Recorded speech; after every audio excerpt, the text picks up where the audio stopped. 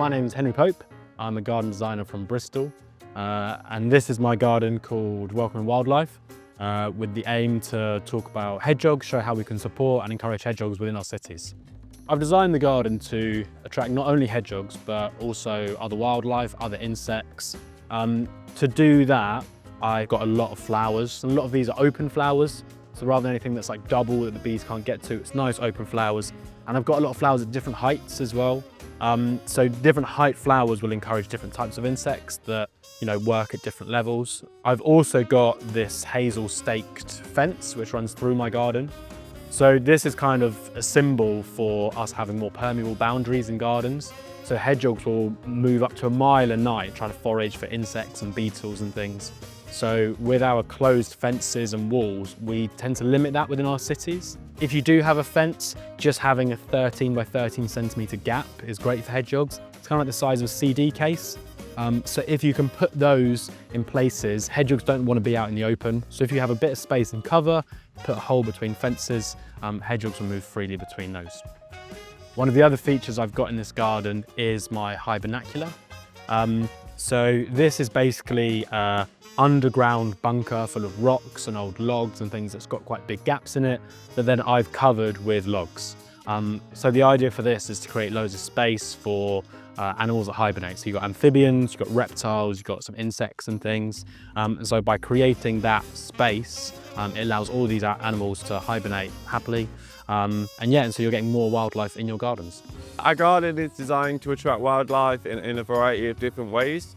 We have a number of habitats like the standing deadwood, and a lot of the grasses will create habitats for various animals like toads and newts. Caterpillars and things will eat the grasses and live in the grasses. The tree hopefully will be tall enough one day for birds to nest in, and our standing deadwood is perfect habitats for things like beetles, toads, frogs.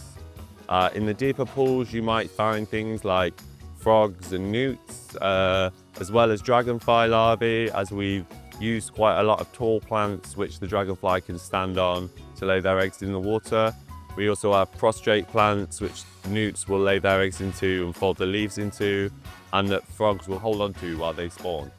Native plants are the best things you can do for wildlife. Our wildlife has co-evolved with these plants to feed on them specifically. They live from Salicaria. They attract things like caterpillars, especially caterpillars for moths. Moths in turn will attract bats. We've got the habitats, the standing deadwood, which is good for beetles, and then obviously that in turn attracts the birds which want to eat the beetles. So it's all about creating a little ecosystem in your own back garden.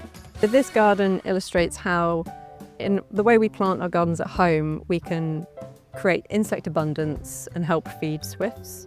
They're rapidly declining, so the garden is really to raise awareness of their plight and show the simple ways that we can help them at home. So something you could do at home to support the swifts would be installing the swift bricks or the swift boxes, and then planting your garden full of a variety of different types of plants, not just pollen and nectar-rich flowers, but also habitat like log piles in shade or sun or standing deadwood. Even including bare ground where the ground nesting bees use that for making their nests. So lots of different habitats and structure in their gardens. It's really recognising that there is a delicate balance between plant and animal life, and there is a cycle that in the way that we garden we need to encourage, and the way that we decide to maintain our gardens can either have a negative or positive impact. This is a woodland hedge, and it's a garden inspired in nature and the woodlands.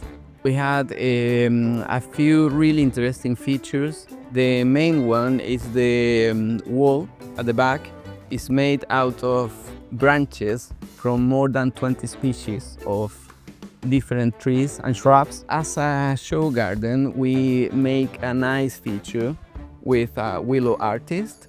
A part of the feature from the artist is all made in a simple way, and the idea is for everyone to achieve, and they can make these sort of features recycling the old materials from his own garden. Does help to animals like hedgehogs.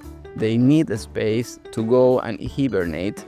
The second point is the mulch, because organic matter, they break, the branches, they break, and thus create a really rich nutrient to support the soil and to create more bacteria, a space for insects, and at the end to help with all the natural cycle of animal life and woodlands.